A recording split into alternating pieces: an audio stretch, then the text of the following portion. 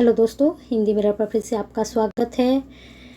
दोस्तों, आज के वीडियो में जो हम लेकर आए हैं कंटेंट, आज का कंटेंट है इको के पेपर के बारे में। इको का जो है प्रैक्टिस सेट है और किसके लिए है? बीए फर्स्ट ईयर के लिए, जो बीए फर्स्ट ईयर की तैयारी चल रही है हिंदी मिरर की तरफ से। तो इको की अभी तक मुझे लगता है 3 या 4 आप लोगों को वीडियो प्रोवाइड करा दी गई हैं आपकी प्रैक्टिस के लिए। एक में आपके जो प्रीवियस के क्वेश्चन पेपर थे, दोनों को एक साथ अपलोड किया गया था, तो उनको ज़रूर सॉल्व कीजिए। मेरे पास क्वेरी आ रही है आज की मैडम पेपर सॉल्व करा दीजिए लास्ट ईयर का, तो इतने शॉर्ट टाइम में पेपर सॉल्व नहीं हो सकता है। आप अपने आप से अब उस पर मेहनत कीजिए। कम से कम 15 डेज हो चुके हैं जब मैंने पेपर अपलोड किया था, तो इस बीच किसी की क्वेरी नहीं आई थी कि मैडम पेपर सॉल्व करवा दीजिए। तो अगर आती तो शायद मैं करवा पाती। अभी आपका फर्स्ट पेपर की भी 30 क्वेश्चंस ही आपको प्रोवाइड करा पाई हूँ, 20 क्वेश्चंस अभी रह गए हैं। तो अभी थोड़ा बहुत बिजी शेड्यूल चल रहा है, बीए फर्स्ट ईयर के एग्ज़ाम चल रहे हैं, उधर आपके 6 सेम के भी एग्ज़ाम शुरू होने वाले हैं। तो थोड़ा उन स्टूडेंट के भी बहुत ज़्यादा प्रेशर बना है कि मैडम तैयारी कराइए, एग्ज़ाम आ चुके हैं। तो आपकी जो आंसर कीज़ हैं, जो आपके एग्ज़ाम हो चुके हैं, जो आप तक अभी तक नहीं मिली हैं आंसर कीज़, तो आपको ज़रूर मिलेंगी हिंदी मिरर की तरफ से, लेकिन उनमें थोड़ा आपको टाइम का इंतज़ार करना पड़ेगा। ठीक है, जो मिल रही हैं उनको चेक कर लीजिए, जो नहीं मिल रही हैं तो उसके लिए खुद भी परेशान मत होइए कि मैडम कब मिलेंगी। ठीक है, तो वो मेरी रेस्पॉन्सिबिलिटी है, जब मैंने आपको तैयारी कराई है तो मैं आपको आंसर की भी दूंगी। ठीक है, लेकिन अभी थोड़ा पेशेंस रखना पड़ेगा, थोड़ा इंतज़ार करना पड़ेगा, क्योंकि मुझे 6 सेम की तैयारी शुरू करनी है कल से चैनल पर। और आप लोगों की भी अभी सोशलॉजी का रह चुका है, अभी हिस्ट्री सेकंड रह चुका है, तो उसकी भी आपको साथ साथ करानी है। उधर असिस्टेंट प्रोफेसर का काफ़ी टाइम से रुका हुआ है, वहाँ भी वर्क करना है, क्योंकि उनकी भी नोटिफिकेशन मेरे पास आ रहे हैं कि मैडम कहाँ हो आप, तैयारी क्यों नहीं चल रही है। असिस्टेंट प्रोफेसर के फर्स्ट पेपर की तैयारी चल रही है हिंदी मिरर की तरफ से। तो बहुत ज़्यादा बिजी शेड्यूल है, आपकी आंसर की मिलेगी इतना मेरा वादा है, लेकिन उसके लिए आपको इंतज़ार करना पड़ेगा। चलिए देखते हैं आपका आज का प्रैक्टिस सेट। इको की जितनी मैंने आपको वीडियो दी है देखिए, क्योंकि प्रश्न बन रहे हैं, तो यहाँ से भी आपके प्रश्न बनेंगे, तो अच्छे से देखिए इनको। जो लघु लेकर आ रही हूँ इनको ज़रूर तैयार कीजिए, क्योंकि यहाँ से प्रश्न ज़रूर बनेंगे आपके। ठीक है, अब इनको पैटर्न मैंने आपको बताया है काफ़ी बार कि आपको किस पैटर्न से ये करने हैं, क्योंकि पैटर्न में क्या होता है कि अब जैसे है मुख्य उद्देश्य क्या थे 1991 के, अगर आपको पता है मुख्य उद्देश्य, इसी के बेस पर आपका एमसीक्यू बन जाता है, आपका मल्टीपल चॉइस का क्वेश्चन आता है, तो आप पता ही होंगे तभी तो आप आंसर कर पाएंगे। इसलिए मैं लघु उत्तरीय प्रश्न भी आपके लेकर आई हूँ। अगर आपके पास नोट्स नहीं हैं तो आप इनको गूगल से पढ़िए और इनके निकालिए, उससे आप एक को पढ़ते 2 चीज़ें आपको पता चलती हैं।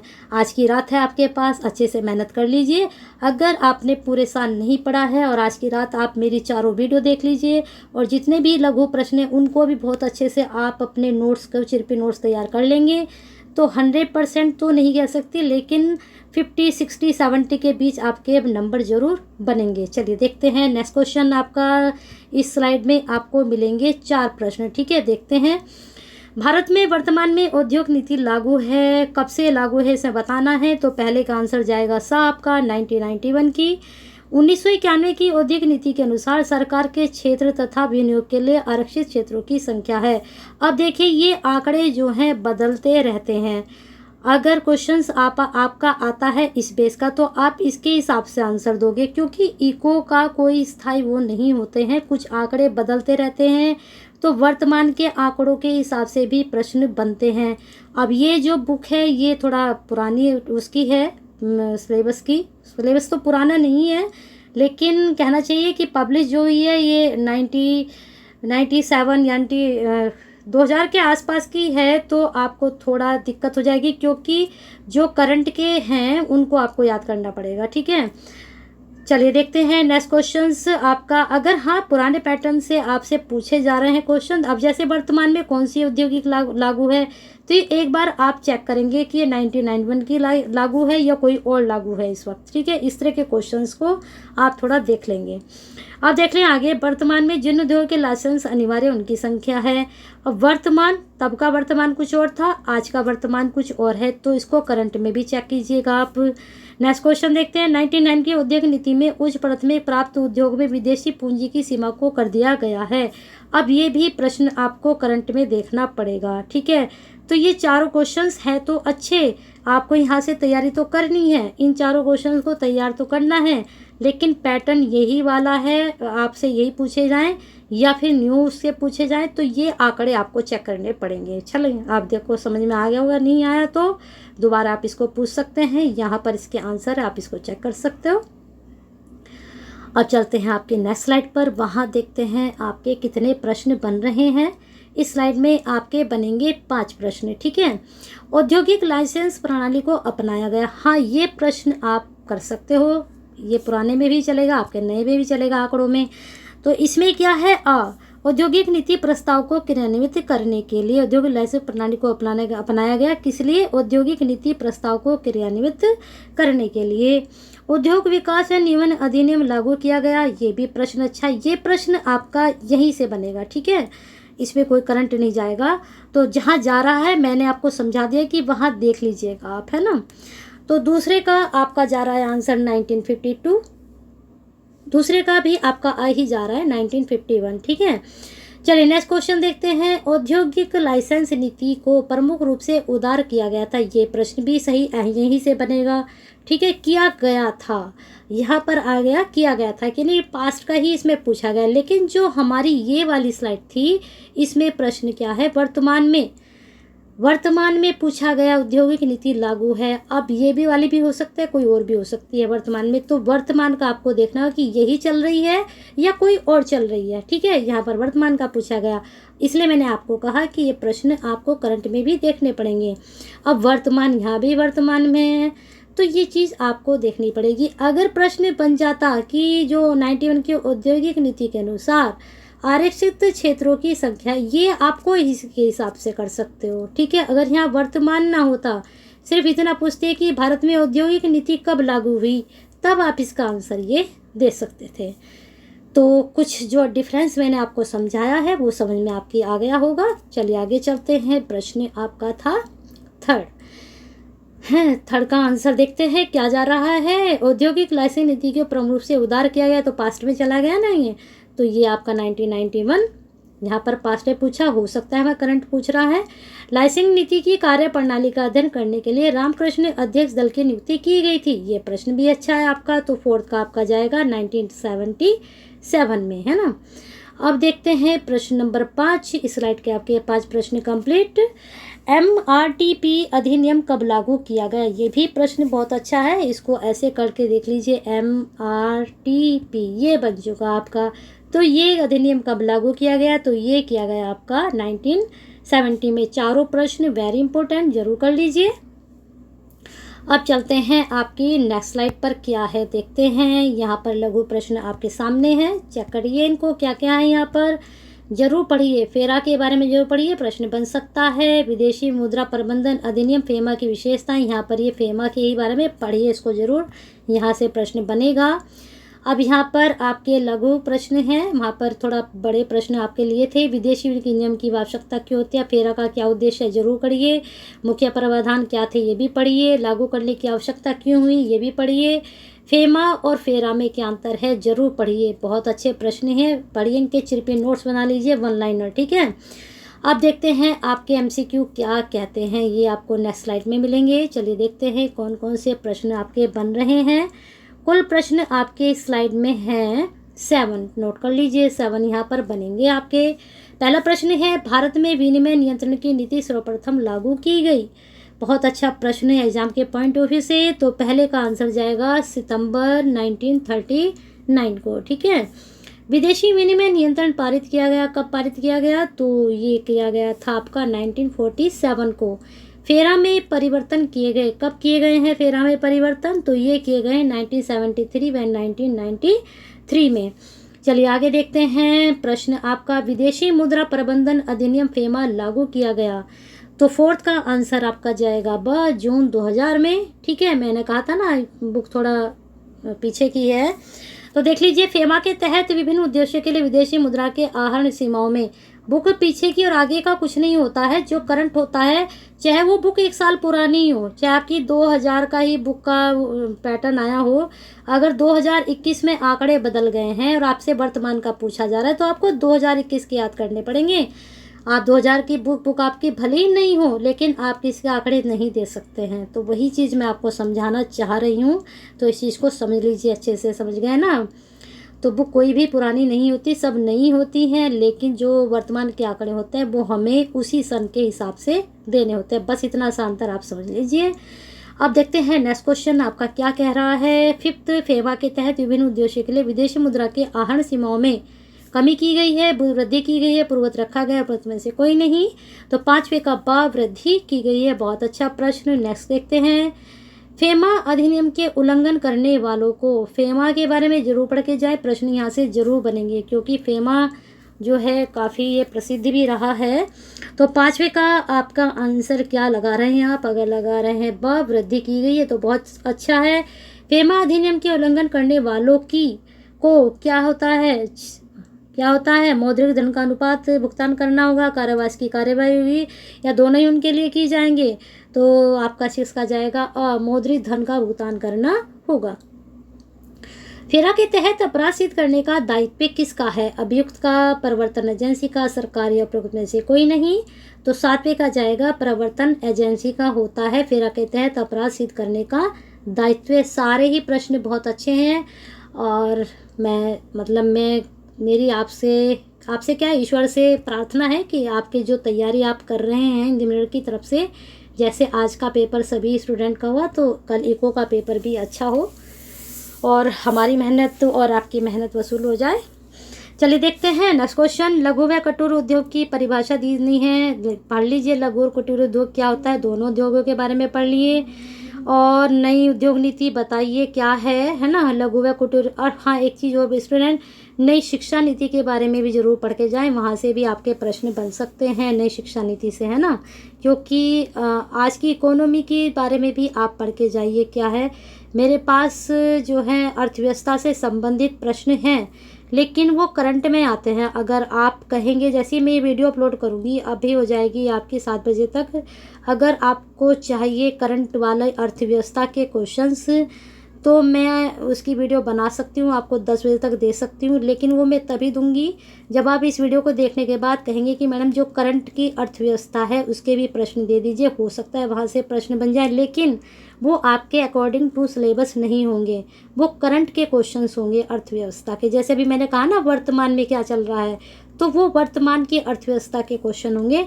लेकिन वो तभी मिलेंगे जब तक 10 या 12 स्टूडेंट के जो है मैसेज मुझे कमेंट बॉक्स में नहीं मिलेंगे, ठीक है।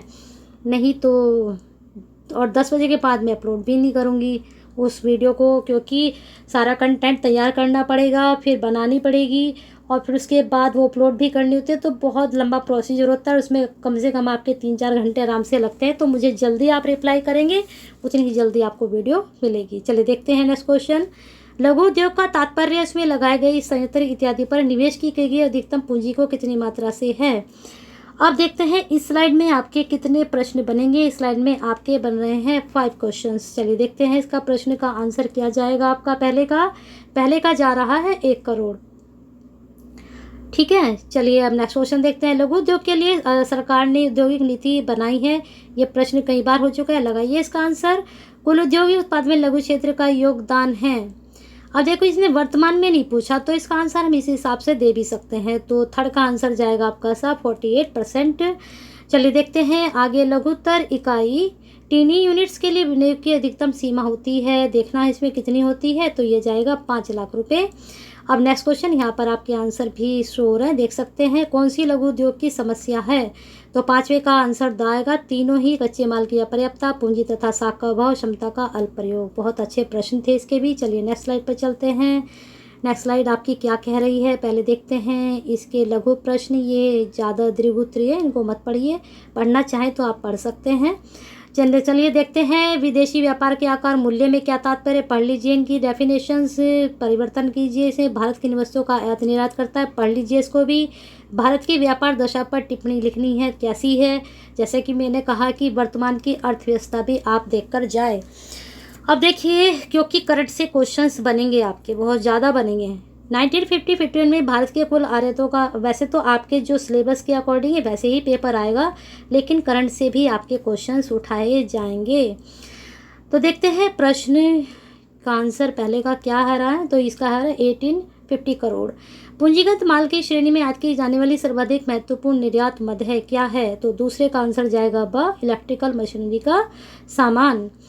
1951 से सर्वाधिक महत्वपूर्ण निर्यात मद थी, किसकी थी? तो 3 का आंसर जाएगा सूती वस्त्र की।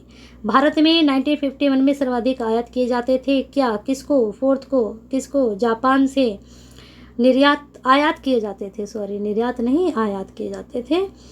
अब आगे देखते हैं प्रश्न का आंसर। 11 और 12वें विश्व युद्ध के आयत में भारत का हिस्सा था, ये प्रश्न यहीं से पूछा गया, तो यहीं से आपको आंसर पता होना चाहिए। तो 5वें का जाएगा आपका द 2.5%। 11-12 में आयात व निर्यात के क्षेत्रों की दृष्टि से भारत का प्रमुख व्यापारिक भागीदार था। अब यहाँ पर 11-12 के आंकड़े चल रहे हैं, तो हो सकता है आपसे वर्तमान के पूछ ले जाए, लेकिन सब्जेक्ट जो आपका सिलेबस अकॉर्डिंग ही क्वेश्चंस आते हैं, सिलेबस से बाहर नहीं जाते हैं। लेकिन आंकड़ों के हिसाब से अगर वो पूछ भी सकते हैं, कुछ नहीं पता चलता है पेपर किस तरह का आ सकता है ना। तो 5वें का आपका आंसर, 1 मिनट देखते हैं क्या जाएगा। तो 5वें का इसमें आंसर आपका क्या जाएगा? 2.5 है ना। अब थोड़ा आपको करेक्शन करना पड़ेगा इसमें। जो पहले का आंसर आपका जा रहा है, पहले का आंसर बच्चों इसमें जाएगा आपका 608 करोड़, यहाँ पर ये थोड़ा मिस्टेक हो गई है। और दूसरे में आपका जाएगा गैर इलेक्ट्रिकल मशीनरी का सामान, यहाँ पर ये इलेक्ट्रिकल मशीनरी का सामान था, यहाँ आएगा गैर इलेक्ट्रिकल मशीनरी का सामान। 2 में ये थोड़ा यहाँ पर मिस्टेक हो गई। अब तीसरे का सही है स्फूर्ति वस्त्र। चौथे में भी थोड़ा आपको करेक्शन करना पड़ेगा। यहाँ पर हमने बताया था जापान से, लेकिन 51 में सर्वाधिक आयात किए जाते थे अमेरिका से। ठीक है, इसको अच्छे से करेक्शन कर लीजिएगा। यहाँ पर इसकी आंसर की है, देख लीजिएगा।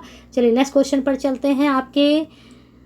हाँ, यहाँ पर आपके आ चुके हैं विकल्प प्रश्न। दोबारा से देखते हैं नेक्स्ट स्लाइड के। यहाँ पर प्रश्न आपके बन रहे हैं 6। चलिए देखते हैं। निम्नलिखित में से कौन सा कथन गलत है? तो यहाँ पर 4 कथन हैं, 3 सही हैं, इसमें से कोई एक गलत है। तो 5वें का आपका जा रहा है सब। प्रथम योजना में भारत में विदेशी विनिमय की स्थिति संतोषजनक नहीं थी। तो पूंजी खाता वित्तीय लेन देन से संबंधित है। व्यापार संतुलन में व्यापार केवल दृश्य पदों को सम्मिलित किया जाता है। और आयात प्रतिस्थापन का अर्थ आयात की जाने वाली वस्तु को देशी उत्पादन द्वारा प्रतिस्थापन किया जाता है। 3 सही है, स गलत है। प्रथम योजना में स्थिति संतोषजनक नहीं थी, आप चेक करिए किस तरह की स्थिति वहाँ पर। ठीक है, अब देखते हैं नेक्स्ट क्वेश्चन। भारत में 2011-12 के चालू खाते पर भुगतान शेष था। अब इसने सिर्फ 11-12 का ही पूछा है, तो हो सकता है आपसे 11-12 का ही पूछा जाए।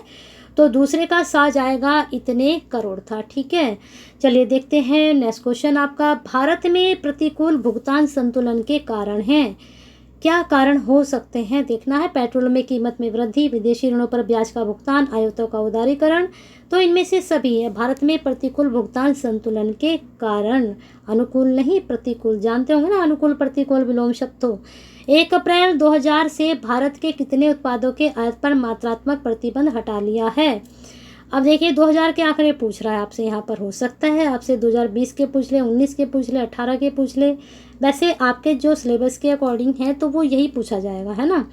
तो 4th का आंसर जाएगा आपका क्या जा रहा है देख लीजिए, 714 714 है ना। जीडीपी के प्रतिशत रूप में 2009-10 में चालू खाता शेष था। अब यहाँ पर 2009-10 के आंकड़े पूछे गए जीडीपी के। तो क्वेश्चंस अगर सिलेबस अकॉर्डिंग होगा तो ये होगा, अगर वो करंट अकॉर्डिंग पूछेंगे तो आपसे वो 20 के आंकड़े पूछेंगे, 19 के आंकड़े पूछेंगे। ठीक है, 19, 20 के या 18 के, 3 साल में से किसी के पूछ सकते हैं।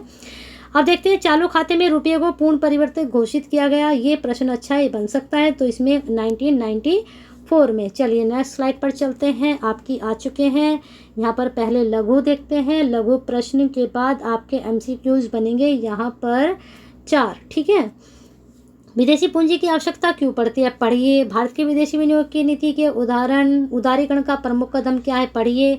1991 में पूर्ण विदेशी सहयोग की क्या स्थिति, ये भी पढ़िए। सारे प्रश्न, पोर्टफोलियो विनियोग में क्या अंतर है, ये भी पढ़िए। प्रत्यक्ष विदेशी दोनों की डेफिनेशंस पढ़िए क्या हैं। अब भारत में आर्थिक विकास में विदेशी पूंजी की सहायता की भूमिका देखिए, ये तो खैर रहने दीजिए। बहुराष्ट्रीय कंपनी से क्या तात्पर्य, ये पढ़ लीजिए, ठीक है। चलिए देखते हैं, यहाँ पर बहुविकल्प पे जो 4 आपके लिए गए हैं। पहला प्रश्न, भारत में निर्यातोन्मुख औद्योगिक इकाइयों में विदेशी पूंजी लगाने की अनुमति दी गई है, तो यहाँ कोई सन नहीं दिया गया है, तो आपका ये क्वेश्चन एज इट बन सकता है। तो पहले का द जाएगा 100%, ठीक है।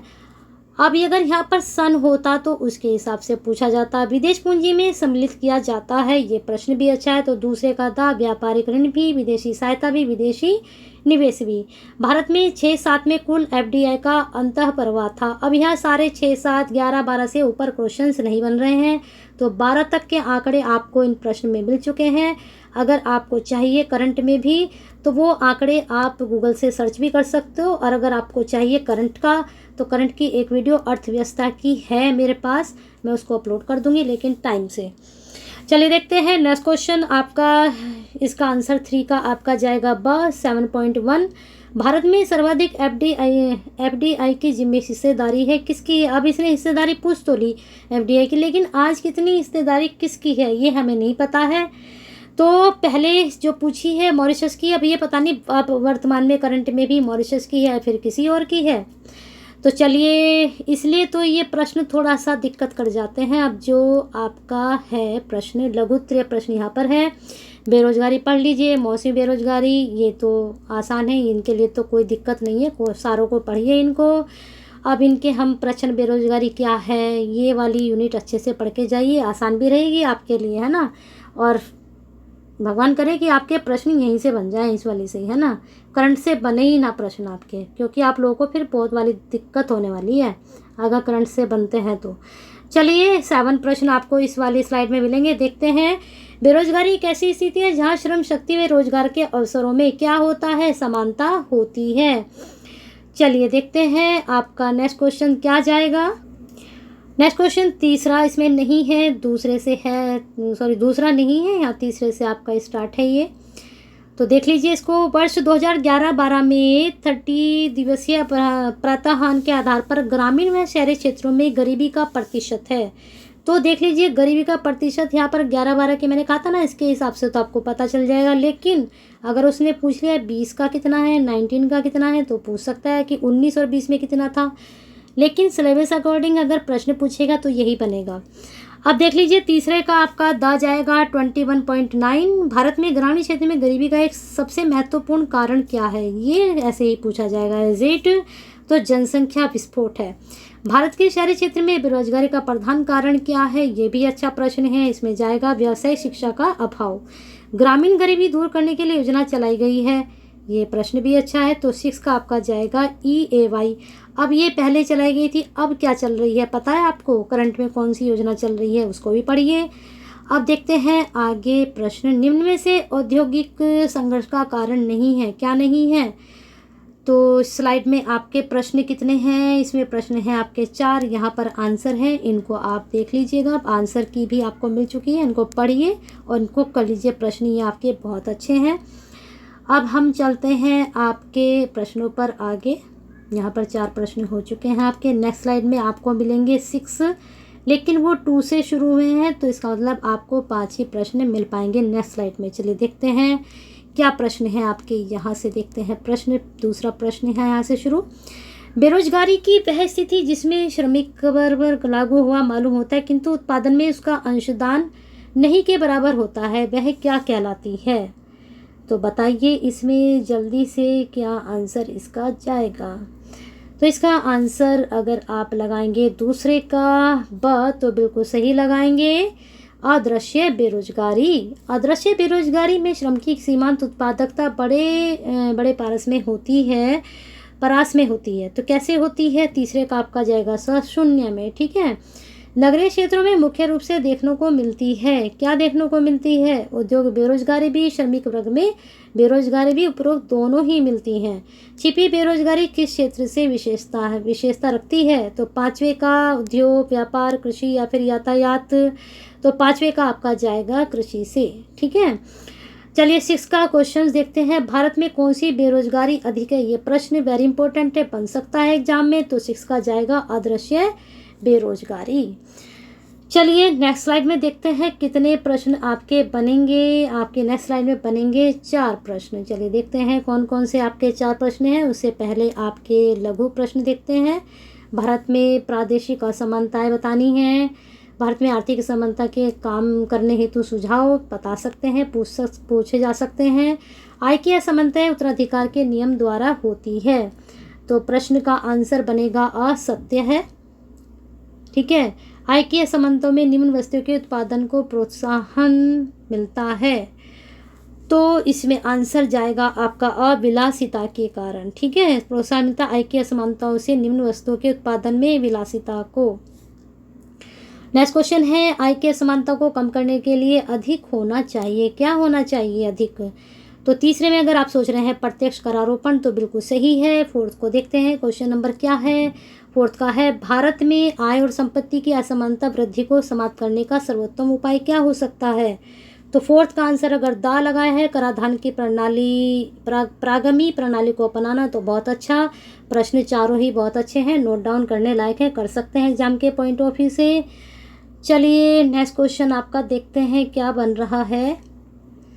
बहुत ज़्यादा प्रश्न होते जा रहे हैं। अब हम आपके विकल्प और लघु, ये जो है लघु विकल्प नहीं पढ़ेंगे, लघु उत्तरे नहीं पढ़ेंगे। इनको आप पढ़ लेना, इसका स्क्रीनशॉट ले लो या इसको पोस्ट करके पढ़ लो।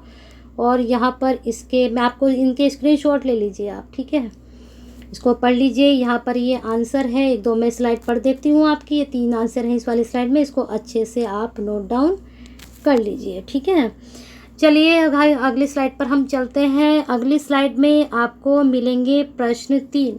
ठीक है, 3 प्रश्न मिलेंगे अगली स्लाइड में, इनको अच्छे से देख लीजिए आप। नेक्स्ट स्लाइड हम लेते हैं। नेक्स्ट स्लाइड के लघु उत्तरीय प्रश्न ये हैं, इनको नोट डाउन कर लें, अच्छे से पढ़ लीजिए। यहाँ पर 3 प्रश्न हम देखते हैं कौन से हैं। 3 प्रश्नों के आंसर आपको बताते हैं। सामुदायिक विकास योजना लागू की गई, तो यहाँ पर बताना है कब लागू की गई है। तो ये की गई थी आपकी 1952 में, नोट डाउन करें। नवीन पंचायती राज व्यवस्था को क्रियान्वित करने हेतु राज्यों को अधिकार दिए गए संविधान के कौन से? दूसरे का जाएगा 73वें व 74वें संशोधन से। पंचायती राज अच्छे से पढ़ लिए। यहाँ से प्रश्न कुछ नहीं तो 5-7 तो आराम से बनेंगे। निम्नलिखित में से कौन सा कथन गलत है? तो इसमें कथन जो गलत है आपका, पंचायती राज संस्था में जिस स्तर पर जिला परिषद है, प्रत्येक राज्य में हर 5वें वर्ष एक राज्य वित्त आयोग का गठन किया जाएगा। प्रत्येक राज्य में जिला स्तर पर जिला योजना समिति का गठन किया गया है। इसका जो है आपका द गलत है।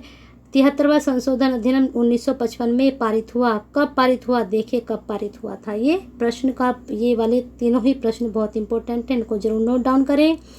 चलिए आगे देखते हैं। यहाँ आपके ये जो है लघु उत्तरीय, इनको पढ़ लीजिए अच्छे से। यहाँ से अपने चिरपी नोट्स निकालिए और चिरपी एमसीक्यूज भी बनाइए। और इस स्लाइड में आपको मिलेंगे 4 प्रश्न। ठीक है, इसमें 4 प्रश्न मिल रहे हैं आपको। पहला प्रश्न हम देखते हैं क्या बन रहा है। 2011 में भारत में कृषि श्रमिकों की संख्या थी, कितनी थी? तो पहले का आंसर जाएगा 14.43 करोड़। प्रति कृषि श्रमिक परिवार कितने ऋण का बोझ 1971-72 में था? तो देखना है कितना था। तो ये दूसरे का आंसर जाएगा ₹162। ठीक है, न्यूनतम मजदूरी अधिनियम पारित किया गया, बहुत अच्छा प्रश्न है, बन सकता है एग्जाम में। तो ये है 1948 में। अब देखते हैं नेक्स्ट क्वेश्चन आपका क्या है। कृषि श्रमिकों को सामाजिक सुरक्षा किस योजना के तहत उपलब्ध कराई जा रही है? बहुत अच्छा प्रश्न है, पूछा जा सकता है। और मेरा मानना है कि करंट की योजनाएं आप ज़रूर पढ़ के जाएं, कौन कौन सी अर्थव्यवस्था से संबंधित योजनाएं हैं आपकी। तो फोर्थ का आपका जाएगा कृषि श्रमिक सामाजिक सुरक्षा योजना। चलिए नेक्स्ट क्वेश्चन पर चलते हैं। नेक्स्ट स्लाइड पर यहाँ पर लघु कृषि से संबंधित फिर स्लाइड में आपके प्रश्न बन रहे हैं, यहाँ पर भी 4। ठीक है, चलिए पहला देखते हैं। 2011 में भारत में कृषि श्रमिकों की संख्या थी, तो ये तो कृषि श्रमिकों की संख्या यहाँ पर पूछी है। और पहले वाले में क्या पूछा गया था, यही प्रश्न, ये स्लाइड आपकी रिपीट हो चुकी है। तो चलिए हम दूसरी स्लाइड पे चलते हैं। दूसरी स्लाइड में क्या है, यहाँ पर देख लीजिए श्रम नीति आ चुकी है, सारा पढ़ लीजिए। नेक्स्ट क्वेश्चन देखते हैं इसका। सही विकल्प चुनना है। भारत में संयुक्त प्रबंध परिषदें किस योजना में बनाई गई थी, ये अच्छा प्रश्न है। तो ये देखना है कब बनाई गई थी। तो इसका आंसर इस स्लाइड में आपको सिर्फ 3 ही प्रश्न मिलेंगे। पहले का आंसर आपका जा रहा है वह द्वितीय योजना, और ये प्रश्न वेरी इंपॉर्टेंट है आपके सिलेबस टू अकॉर्डिंग, ठीक है। समान कार्य श्रमिक संशोधन अधिनियम कब पारित किया गया है, तो दूसरे का आंसर जाएगा सर 1987 में। नेक्स्ट क्वेश्चन देखते हैं आपका। डॉक्टर AC गुप्ता की अध्यक्षता में विशेष दल कब संगठित किया गया था, ये भी प्रश्न, तीनों ही प्रश्न वेरी इंपॉर्टेंट है। तो तीसरे का जाएगा 10वीं योजना में। चलिए नेक्स्ट क्वेश्चन देखते हैं। ये आपका प्रश्न आ चुका है आपकी स्लाइड पर। यहाँ पर प्रश्न आपके बनेंगे, यहाँ पर बनेंगे आपके 4 प्रश्न, ठीक है। चलिए देखते हैं कौन सा प्रश्न आ रहा है। पहले यहाँ पर प्रश्न जो है श्रम संघ क्या है, विशेषताएं, उद्देश्य कार्य, पढ़ लें इनको, क्योंकि ये प्रश्न मैं ऐसे ही नहीं लेकर आई हूँ आपके लिए। ये तो मैं सीधे सीधे मल्टीपल चॉइस लेकर आती है आपके लिए, क्योंकि मुझे पता है तैयारी अच्छे से नहीं हुई है इस बार आप लोगों की। तो पढ़िए इनको, ठीक है। भारतीय श्रम संघ अधिनियम कब पारित हुआ था, तो पहले का आंसर जाएगा 1926 में। बहुत अच्छा प्रश्न है, बन सकता है एग्जाम में। इंटक की स्थापना जरूर याद कर लीजिए कब हुई थी, तो ये हुई थी 1947 में। BMS की विचारधारा से प्रभावित है, ये भी पढ़ लीजिए अच्छे से। इसका आंसर जाएगा तीसरे का सर जनसंघ विचारधारा। फिर है आपका एक उद्योग में एक संघ के सिद्धांत का विचारधारा किसने दी, तो इसका आंसर आपका जा रहा है VV गिरी ने। तो इसको पढ़ लीजिए। चलिए नेक्स्ट स्लाइड पर चलते हैं। आपकी स्लाइड ख़त्म हो चुकी है, और हमारी भी मेहनत और आपकी भी मेहनत जो है भगवान जो है पूरी करे। आपका कल पेपर अच्छा हो इको का सेकंड। और आंसर की रही बात, तो मैंने आपको पूरा शेड्यूल बता दिया कि बहुत बिजी शेड्यूल चल रहा है। पहले जिनके 6 सेम के एग्ज़ाम होने वाले हैं उनकी तैयारी करा दी जाए। बीच में जब भी कभी भी टाइम मिलेगा मैं आपकी सोशलॉजी की भी और आपकी इको के जो 20 क्वेश्चंस रह चुके हैं और इको के सेकंड पेपर की भी, और हिस्ट्री की तो खैर मैं कर ही दूंगी जल्दी से। वो तो दोनों में, ये आपका जो फर्स्ट पेपर हुआ उसकी तो अपलोड कल या परसों में कर दूंगी, लेकिन पेशेंस रखिए, मिलेगी आंसर की, है ना। चलिए देखते रहिए, हिंदी मिरर के साथ बने रहिए। और वीडियो पसंद आई है तो लाइक एंड एस तो करते रहिए, और बटन नहीं दबाया तो ज़रूर दबाइए, क्योंकि आपको नोट्स भी अब सेकेंड ईयर में आप आने वाले हैं। तो सिलेबस टू अकॉर्डिंग हिंदी की, हिस्ट्री के, सोशलॉजी के, पॉलिटिकल के, ये 4 सब्जेक्ट इको नहीं कराऊंगी मैं, ठीक है। इको नहीं कराऊंगी। इको जब आपके एग्ज़ाम आएंगे तब मैं आपको MCQs प्रोवाइड कराऊंगी। अब तो शायद MCQs बेस ही हुआ करेंगे एग्ज़ाम आप लोगों के, हो सकता है, पूरी गारंटी तो नहीं, लेकिन जिस तरह के भी आपके एग्ज़ाम होंगे वैसे ही आपको, लेकिन चैनल पर आपको 4 सब्जेक्ट की तैयारी के नोट्स कराए जाएंगे, हर चैप्टर के अकॉर्डिंग कराए जाएंगे। तो हिंदी मिरर का लाल बटन ज़रूर दबाएं, और क्या करना है, बेल आइकन ज़रूर हिट करें, और हिंदी मिरर के साथ जुड़ जाएं।